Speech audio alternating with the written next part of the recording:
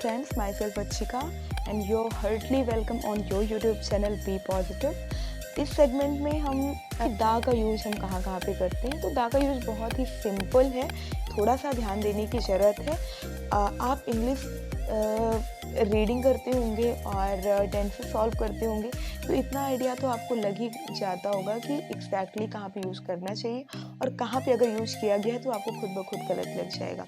लेकिन फिर भी एक जनरल रूल जो आपको जानना चाहिए, इसकी वजह से हम डिस्कस कर रहे हैं। लाइक किसी सर्टेन चीज़ को बताने के लिए, जैसे द बुक यू वांट, यानी वो पर्टिकुलर किताब जो आप चाह रहे थे, ठीक है। बुक यू वांट ये इस तरीके यूज़ होगा कि इन जनरल आप बुक दे रहे हैं या बुक चाह रहे हैं, लेकिन द बुक यू वांट तो इसमें ये हो जाएगा कि वही पर्टिकुलर बुक जो आप चाह रहे थे, ठीक है। तो यहाँ पे मतलब किसी सब्जेक्ट को फोर्सफुली इंडिकेट करने के लिए हम द का यूज़ करते हैं। जैसे द बॉय यू सी, मतलब वही लड़का, वो लड़का नहीं, वही लड़का, फोर्स करके हिंदी में, जिसे तुम देख रहे थे, देखते हो, ठीक है। सेकंड क्या है, उस नाउन से पहले जो वर्ड में केवल एक ही हो और यूनिक हो। लाइक द सहारा डिजर्ट वो एक ही है, द ताजमहल एक ही है, द रेड सी एक ही है। और कोई भी माउंटेन रेंज होता है, like the mountain Everest, the Aravalli, ठीक है। और कोई भी खाड़ी हो, कोई भी रिवर हो, ठीक है, उसको हम इंडिकेट करने के लिए भी दा का यूज़ करते हैं। और कोई भी होली प्लेस हो, अगर कोई भी होली प्लांट हो, कोई भी होली थिंग हो, उसको भी इंडिकेट करने के लिए हम पहले दा का यूज़ करते हैं, तो वो सही माना जाता है।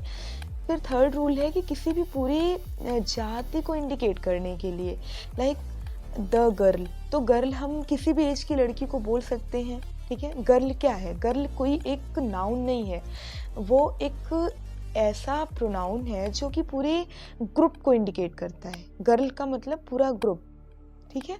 कैटल, कैटल मतलब पूरी पशु जाति के बारे में हम बात कर रहे हैं। एनिमल, एनिमल का मतलब जानवर, जानवर कोई भी हो सकता है, ठीक है। तो जहाँ पे हम किसी पूरी जाति को इंडिकेट करने के लिए जो है स्टार्ट करते हैं सेंटेंस, वहाँ उसके पहले हम दा का यूज़ करते हैं। फिर है किसी भी रिलीजियस बुक की अगर हम बात कर रहे होते हैं, मैंने आपको अभी बताया किसी होली बुक की, किसी रिलीजियस बुक की, तो उसके पहले भी हम दा का यूज़ करते हैं। Like the Bible, the Gita, the Ramayan, ठीक है, इस तरीके।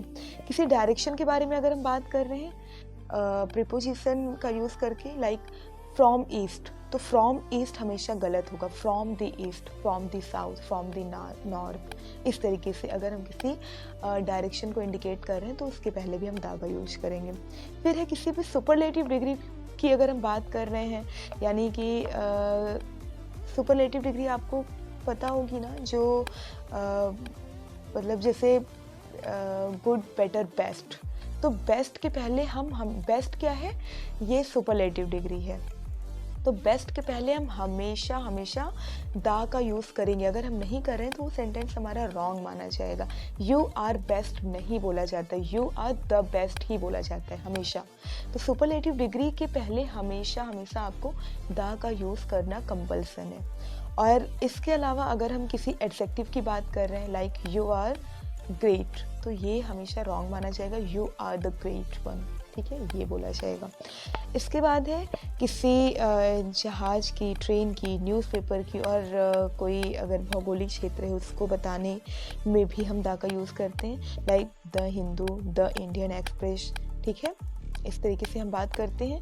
और किसी ट्रेन का अगर हम नाम ले रहे हैं तो वहाँ पे भी हम दा का यूज़ करेंगे। किसी जहाज़ की, like the Rajput, the Vikram, the victory, वहाँ पे भी हम दा का यूज़ करेंगे, वो सही माना जाएगा।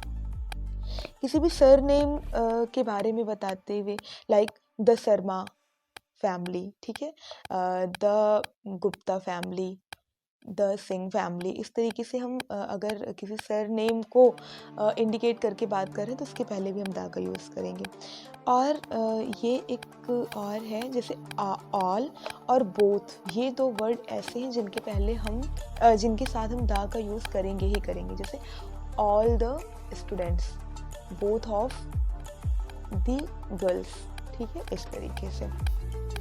इसके बाद वो कुछ ऐसे प्लेसेस जहाँ पे द का यूज़ करना इनकरेक्ट माना जाता है, लाइक प्रॉपर नाउन से पहले। प्रॉपर नाउन का मतलब क्या है कि प्रॉपरली जो नाउन मतलब किसी जैसे एकाधिकार होता है किसी भी नाउन पे जिस वर्ड का, लाइक कोलकाता, तो कोलकाता सिर्फ एक ही है और वो किसी पर्टिकुलर क्षेत्र का, शहर का नाम है, तो उसको हमें इंडिकेट करने की ज़रूरत नहीं है, फोर्सिफाई करने की ज़रूरत नहीं है। तो इसलिए हम किसी भी सिटी के नेम के आगे, किसी भी कंट्री के नेम के आगे, ठीक है, द का यूज़ नहीं करेंगे। अगर हम किसी भी कंट्री के नेम के आगे द का यूज़ कर देते हैं तो वो हमेशा गलत माना जाएगा। इसी तरीके से अगर हम किसी लैंग्वेज के सामने द का यूज़ करते हैं, जैसे द हिंदू, तो द हिंदू का मतलब वो है कि वह व्यक्ति जो इंडिया में रहता है।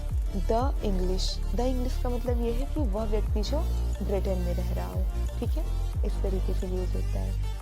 लेकिन हम किसी भी कंट्री और सिटी के नाम के आगे कभी भी द का यूज़ नहीं करते। किसी भी गेम के आगे भी हम द का यूज़ नहीं करते, जैसे द हॉकी, द फुटबॉल, ये हमेशा गलत माना जाएगा। मटेरियल नाउन के सामने भी हम द का यूज़ नहीं करते, like the gold, the silver नहीं यूज़ करते हैं। इसको हम एक्सेप्शनल में तभी यूज़ करते हैं जैसे कि अगर हम किसी गोल्ड के सहारे कोई और बात बताना, किसी मटेरियल के सहारे कोई और बात बताना चाह रहे हो, like the gold of my ring, तो हम क्या बात कर रहे हैं, हमारे रिंग में लगे हुए गोल्ड की बात कर रहे हैं। तो वहाँ पे अगर हम गोल्ड का यूज़ कर रहे हैं तो द का प्रयोग कर सकते हैं, लेकिन सिर्फ द गोल्ड हम नहीं लिख सकते। मतलब कि अगर हमें सोने का भाव बताना है तो वहाँ पे हम द गोल्ड प्राइस इस नहीं करेंगे, गोल्ड प्राइस इस करेंगे। लेकिन अगर हमें उस मटेरियल से रिलेटेड कोई और सेंटेंस फुल करना है तो वहाँ पे हम द का यूज़ करेंगे। आई होप आपको ये आर्टिकल क्लियर हो गए होंगे, और भी कई बार आप पॉज करके एग्जाम्पल देख के पढ़ के सुन लीजिएगा, बहुत यूज़फुल है और कई बार कंफ्यूज करता है। उस कंफ्यूजन को इरेडिकेट करने के लिए ये, और इसके बाद हम बात करेंगे पार्ट्स ऑफ स्पीच की, और उसमें हम जानेंगे कि सब्जेक्ट, प्रेडिकेट और वर्ब, नाउन, प्रोनाउन, ये सब क्या क्या होते हैं और कहाँ पे ही इनका यूज़ करना बेटर होता है। इसी के साथ have a very very nice day. Thank